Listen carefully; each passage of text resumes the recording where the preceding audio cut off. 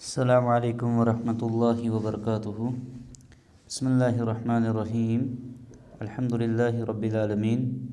والصلاة والسلام علی سید المرسلین، نبینا محمد وعلی آلہ وصحبہ اجمعین۔ اللہم صلی علی محمد وعلی آل محمد کما صلیت علی ابراہیم وعلی آل ابراہیم انک حمید مجید۔ اللہم بارک علی محمد وعلی آل محمد کما بارکت علی ابراہیم وعلی آل ابراہیم انک حمید مجید۔ اللہم علمنا بما ینفعنا وانفعنا بما علمتنا انک علی کل شیء قدیر۔ معزز مشارکین حضرات، کل جو بحث ہم جس کا مراجعہ کر رہے تھے وہ صحیح کی اقسام یا جو مقبول کی اقسام ہیں ان کو ذکر ہو چکا ہے۔ اس کے بعد ایک نیا موضوع جو شروع ہوا تھا وہ محدثین کا وہ اطلاق کسی حدیث پر، جیسا کہ جامع ترمذی کے اندر اس کا اطلاق سب سے زیادہ دیکھنے کو ملتا ہے کہ کسی ایک حدیث پر حکم لگایا گیا ہے کہ ھذا حدیث حسن صحیح، اور اب آپ کو بخوبی یہ چیز معلوم ہو چکی ہے کہ حدیث صحیح الگ چیز ہے اور حسن الگ چیز ہے، بلکہ صحیح کی بھی دو قسمیں ہیں، حسن کی بھی دو قسمیں ہیں۔ اگر کسی ایک ہی حدیث کو امام ترمذی یا ان کے علاوہ، جیسا کہ امام بخاری کے حوالے آتا ہے، علی بن مدینی کے حوالے آتا ہے، یعقوب ابن ابی شیبہ کے حوالے آتا ہے، ابو علی الطوسی کے حوالے آتا ہے کہ وہ بھی کسی ایک حدیث پر جو ہے حدیث حسن اور صحیح کا اطلاق کرتے تھے، تو اس وجہ سے کیا وہ حدیث بیک وقت کیسے صحیح بھی ہو سکتی ہے اور حسن بھی ہو سکتی ہے، وہی بحث جو ہے آج انشاءاللہ العزیز اس کا ہم مراجعہ کریں، اس کو سمجھنے کی کوشش کریں گے۔ حافظ ابن حجر رحمہ اللہ کس طریقے سے اس مسئلے کو سمجھائیں گے تاکہ ہم احادیث یا متون کی کتابوں کے اندر جو حدیثوں پر حکم لگا ہے اس کو بھی سمجھ سکے کہ وہاں پر ان کی مراد کیا ہے۔ تو آج ماشاءاللہ آپ آ چکے ہیں پہلے ہی، تو سب سے پہلے ہمارے کوئی ساتھی جو ہے حسب معمول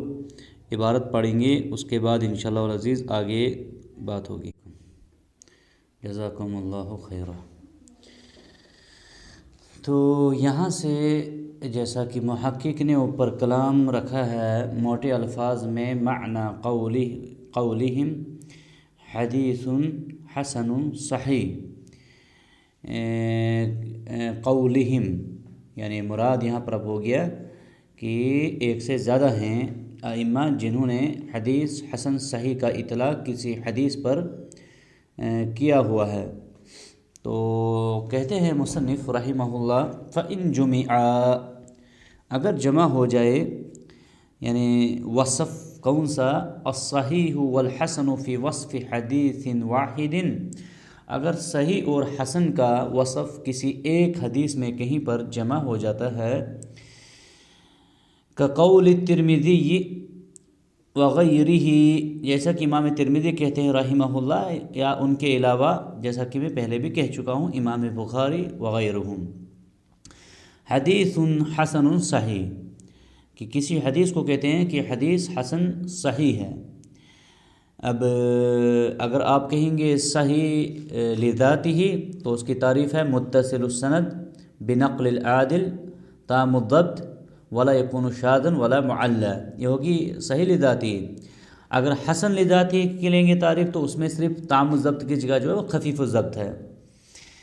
اب اگر ایک ہی حدیث میں کہتے ہیں کہ حسن بھی ہے صحیح بھی ہے، اگر اس کا تام الضبط ہے تو پھر وہ صحیح ہے، اگر خفیف الضبط ہے تو وہ حسن ہے۔ یہ کیسے ممکن ہو سکتا ہے کہ حسن بھی ہے صحیح بھی ہے، تام الضبط بھی ہے اور خفیف الضبط بھی ہے؟ اصل اشکال جو ہے وہ یہ ہے۔ اگر آپ اس وقت اس اشکال کو سمجھ رہے ہیں تو آنے والے سطروں کے اندر اس کا جواب بھی آپ پورا سمجھ جائیں گے۔ مصنف یہاں پر کیا کہنا چاہتا ہے، فَلِلتَّرَدُّدِ الْحَاصِلِ مِنَ الْمُجْتَہِدِ، کہتے ہیں جو مجتہد کی جانب سے یہاں پر جو تردد حاصل ہے کس حوالے سے، فی الناقل، اس راوی کے حوالے سے جو نقل کر رہا ہے نا حدیث، اس کے حوالے سے جو مجتہد اس وقت فیصلہ کرتا، حل اجتماعت فیہ شروط الصحہ او قصر عنہا، کیا اس کے اندر شروط الصحہ، کیا وہ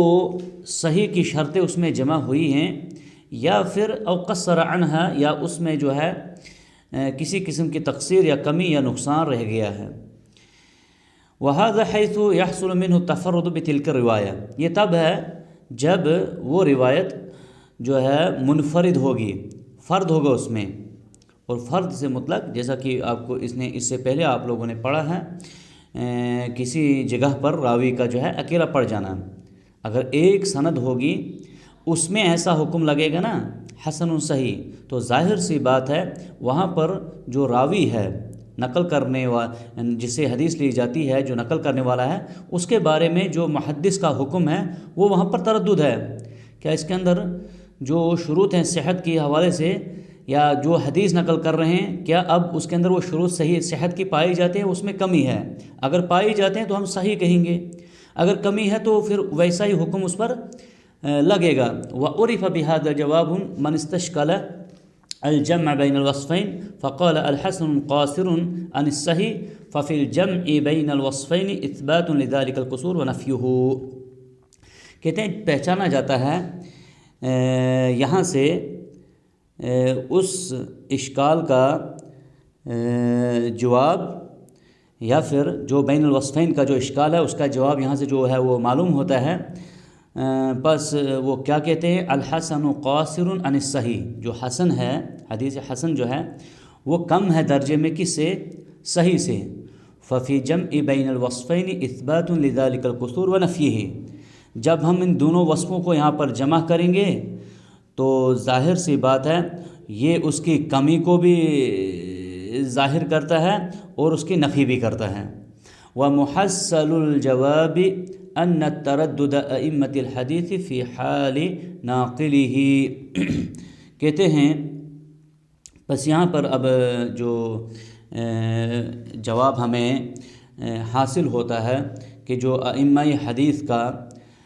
حدیث کے اہل علم کا جو تردد ہے کس حوالے سے، ناقل کا مطلب ہے جو روایت کرنے والا ہے، اقتضا یہ تقاضا کیا کس چیز کا کرتا ہے، للمجتہد الا یصفہ بأحد الوصفین، کہ وہ جو مجتہد ہے اس کے لیے یہ چیز تقاضا کرتے ہیں کہ وہ یہاں پر دونوں وصفوں میں سے کسی ایک وصف کا جو ہے اس میں تردد رہتا ہے، وہ ایک وصف کا جو ہے اس کا اظہار ظاہر نہیں کر سکتا ہے۔ فیقال، پس کہا جاتا ہے فیہ حسن، اس وقت اس میں کہا جاتا ہے حسن باعتبار وصفہ عند قوم صحیح، باعتبار وصفہ عند قوم، تو اس حال میں مجتہد کے پاس ایک قول کو راجح کرنے کی صورت جو نظر نہیں آتی ہے، وجہ کیا ہوتی ہے، کیونکہ وہ راوی ایک قوم کے پاس حسن ہوتا ہے، یا وہ روایت ایک قوم کے بعد حسن ہوتی ہے، دوسرے کے پاس صحیح ہوتی ہے۔ مثال کے طور پر کسی راوی کے حوالے سے جو ہم ائمہ جرح و تعدیل کے اقوال پڑھتے ہیں، کسی کے بارے میں صدوق آیا ہے، ایک عالم دین، ایک جرح و تعدیل کے امام، ان کو کہتے ہیں راوی صدوق ہے، دوسرے کہتے ہیں وہ ثقہ ہے۔ اب ظاہر سی بات ہے جو صدوق ہے وہ دون ثقہ ہے، اس سے کم ہے درجے میں، تو ایک ہی راوی میں جب دو کلام آ گئے تو، اور جو دونوں کلام نقل کیے گئے ہیں اس راوی کے حوالے سے وہ ائمہ جرح و تعدیل کی جانب سے آئے ہیں، تو یہاں پر اب جو حکم لگانے والا ہے اس راوی پر یا اس کی اس روایت پر، ظاہر سی بات ہے وہ تردد میں رہے گا، تو وہ کہے گا حسن جو ہے، جب کہے گا حسن صحیح تو مراد ہوگا کہ حسن ہے یہ ایک قوم کے پاس جو اس راوی کو صدوق کہتے ہیں، اور صحیح ہے اس دوسری قوم، اور قوم سے مراد یہ کون سے ہیں، ائمہ، ہاں یہ محدثین مراد ہیں، تو صحیح اس ان محدثین کے نزدیک ہوگی جو اس کو راوی کو جو ہے ثقہ جس کو کہا ہوگا۔ وغایۃ ما فیہ انہ حذف منہ حرف التردد، تو یہاں پر جو خلاصہ ہمیں نکلتا ہے وہ یہ ہے کہ یہاں پر حرف تردد کو جو ہے اس کو حذف کیا گیا ہے، جو شک والا لفظ تھا، جو شک والا حرف استعمال کیا جاتا ہے اس کو یہاں پر حذف کیا گیا ہے۔ لأن حقہ ان یقول، کیونکہ بنتا تو یہ تھا، ضروری تو یہ تھا، واجب یہ بنتا تھا کہ کہا جاتا حسن او صحیح، کیا کہنا کہ کہنا تو یہ چاہیے تھا کہ یہ حسن ہے، او جو لفظ او یہاں پر ہے حرف تردد ہے جو اس کو حذف کیا گیا ہے۔ کہنا تو یہ چاہیے تھا حسن او صحیح، یعنی حسن ایک قوم کے پاس دوسری قوم کے پاس وہ ہے وہ صحیح ہے۔ وہذا کہتے ہیں یہ اسی طرح جیسے کما حذف حرف العطف من الذی بعدہ، کہتے ہیں یہ ایسے ہی ہے جیسے حرف عطف کو جو ہے کبھی کبھار تعدد کی وجہ سے کیا کرتے ہیں، حذف کرتے ہیں۔ مثال کے طور پر ہم کہتے ہیں جاء علی محمد زید و فلان، تو بیچ میں دو تین ناموں کے بیچ میں کثرت کی وجہ سے ہم نے واو کو جو ہے ہر جگہ ہم نے کہتے ہیں جاء زید و بکر و عمر و فلان، نہیں، ہم کہتے ہیں جاء زید بکر فلان، لاسٹ پہ کہتے ہیں و، تو حرف عطف یہاں پر جو ہے تعدد کی وجہ سے جو حذف کیا گیا، اسی طریقے سے یہاں پر بھی کیا ہوا ہے، او کو جو تردد والا حرف تھا اس کو حذف کیا گیا ہے۔ وعلی ھذا، پس اسی بنیاد پر، فما قیل فیہ حسن صحیح، جس حدیث کے بارے میں کہا گیا ہو کہ حسن صحیح ہے، دون ما قیل فیہ صحیح، وہ درجے میں کم ہوگی کس سے، جس کے بارے میں صحیح کہا ہوگا۔ کیوں؟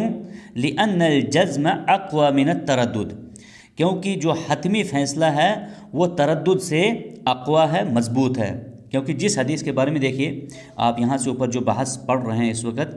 ضروری ہے کہ آپ اس کو جو ہے بہترین طریقے سے سمجھنے کی کوشش کریں گے، اگرچہ کوتاہی ممکن ہے لیکن سمجھنا مجھے اور آپ کو ضروری ہے۔ وہ یہ کہ کہتے ہیں کہ اگر جس حدیث کے بارے میں حکم لگے گا کہ حدیث کے حسن صحیح ہے، وہ درجے میں کم ہے بنسبت اس حدیث کے جس کے بارے میں کہا صحیح ہے، کیونکہ جو حسن صحیح جس حدیث کے بارے میں کہا گیا اس میں تردد ہے۔ ممکن ہے کہ جن لوگوں نے اس راوی کو صدوق کہا تھا وہ راجح قول ہوگا، تو تب حدیث حسن رہے گی۔ اگر یہ بھی ممکن ہے کہ وہ صحیح ہو، راوی ثقہ ہو، تو یہ بھی ممکن ہے، لیکن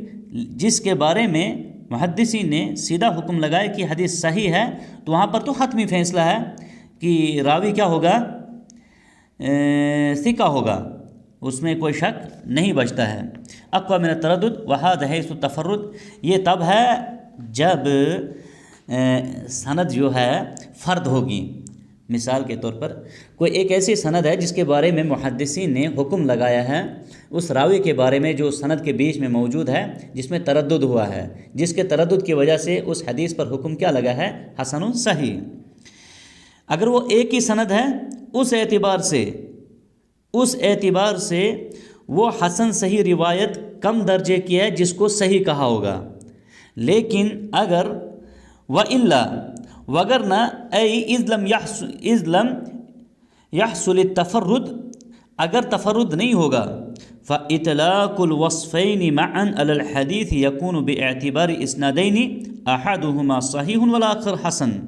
کہتا ہے اگر یہ تفرد نہیں ہوگا، دو سندیں ہوں گی، مثال کے طور پر دو سندیں ہوں گی، تو وہاں پر کیا ہوگا، جو وصفین کا جو دو وصف کا اطلاق ہوگا وہاں پر ایک ساتھ اس حدیث پر، تو وہ دو سندوں کے اعتبار سے ہوگا، وہ دو سندوں کے اعتبار سے ہوگا، دو سندیں ہوں گی وہاں پر ہمارے پاس۔ وہاں پر جیسے آپ جانتے ہیں ایک متن کے جو ہیں کہیں اسناد ہوتے ہیں، کہیں طرق ہوتے ہیں، تبھی جا کر ہم نے متواتر پڑھا، تبھی جا کر ہم نے مشہور پڑھا، تبھی جا کر ہم نے عزیز پڑھا، اور پھر لاسٹ جو ہے غریب وہ ہے جس کی سند میں کہیں راوی تنہا رہ گیا ہوگا۔ اس کے علاوہ جو حدیث کی اقسام ہے دوسری طرق کے اعتبار سے، سند کے اعتبار سے، تو وہاں پر ہمیں یہ بات معلوم ہوتی ہے کہ متن اوپر ممکن ہے ایک ہوگا، متن جو ہے وہ ایک ہوگا لیکن وہ اس کی سند نیچے مختلف ہوں گی۔ اگر کہیں پر ہمیں متن اوپر ایک ہے، نیچے سندیں دو ہیں، اگر اس پر کسی محدث نے حکم لگایا ہے ھذا حدیث حسن صحیح، تو ہم وہاں پر کہیں گے یہ حدیث ایک سند کے اعتبار سے حسن ہے اور دوسرے کے اعتبار سے صحیح ہے، وعلى هذا فما قيل فيه حسن صحیح فوق ما قيل فيه صحیح. اس اعتبار سے دیکھیے، پہلے اعتبار سے کہا کہ اگر سند ایک ہے، پہلے کہا اگر سند ایک ہے، اس کی جو متن ہمارے پاس جس کا حکم حسن صحیح لگا، اس کی سند صرف ایک ہے، مطلب اس کی بحث کرنے کے بعد، تلاش کرنے کے بعد ہمیں صرف ایک ہی سند ملتی ہے وہاں پر کسی حدیث کے متن کے لیے، تو اس سند پر حکم لگایا گیا حسن صحیح. وہ درجے میں اس حدیث سے کم ہے جس کے بارے میں صحیح کہا ہوگا، کیونکہ وہاں پر شک ہے، ممکن ہے وہ حسن ہوگی، ممکن ہے وہ حسن ہوگی، لہٰذا جو جس کے بارے میں حتمی فیصلہ وہ صحیح ہے، اس حدیث کے اعتبار سے جو حسن صحیح ہے وہ درجے میں کیا ہوگی؟ کم ہوگی. لیکن جس کی دو سندیں ہوں گی، جس کی دو سندیں ہوں گی اور اس کے بارے میں کہا ہوگا حسن صحیح، وہ درجے میں اعلیٰ ہوگی اس حدیث سے جس کے بارے میں خالی کہا ہوگا کہ یہ حدیث صحیح ہے، کیونکہ یہاں پر دو سندیں ہیں، کیونکہ یہاں پر دو سندیں ہیں، اور جو دو سندوں والی روایت جو ہے آپ کو معلوم ہے اس علم میں جو کثرت ہے وہ مقام رکھتی ہے، اسی وجہ سے تو حدیث متواتر بنتی ہے، اسی وجہ سے تو کثرت طرق، کثرت رجال اور پھر ان سندوں کے اعتبار سے حدیث متواتر بنتی ہے. جب حدیث متواتر ہوتے ہیں اور ہر ایک آپ میں سے جانتا ہے اور ہم جانتے ہیں کہ متواتر میں ہمیں روات کے بارے میں بحث کرنے کی ضرورت نہیں پڑتی ہے، کیونکہ ان کا جو اتنے روات کا اس بات پر ان کا اتفاق ہونا جو محال ہو، مستحیل ہو، تو ہم ان کی حدیث کو لے لیتے ہیں. لہٰذا جہاں پر دو سندیں ہوں گی اس پر اطلاق کیا ہوگا محدثین نے ھذا حدیث حسن صحیح، تو وہ حدیث ایک سند کے اعتبار سے حسن، دوسرے کے اعتبار سے صحیح ہوگی. وہ متن مضبوط ہے، اقوا ہے، کس سے؟ بنسبت اس حدیث کے جس کے بارے میں خالی آیا ہوگا ھذا حدیث صحیح، یہ صحیح حدیث ہے، کیونکہ یہاں پر دو سندیں مل گی جو اس کو کیا کرتی ہے؟ زیادہ مضبوط کرتی ہے. فوق ما قیل فیہ صحیح فقط اذا کان فردا، جب وہ فرد ہوگی، جب وہ فرد ہوگی، یہ چیز آپ کو سمجھنا ہوگا، ساتھ ساتھ ذہن میں رکھنی ہوگی. فرد سے مراد غریب رہ گئی ہوگی. لأن کثرت الطرق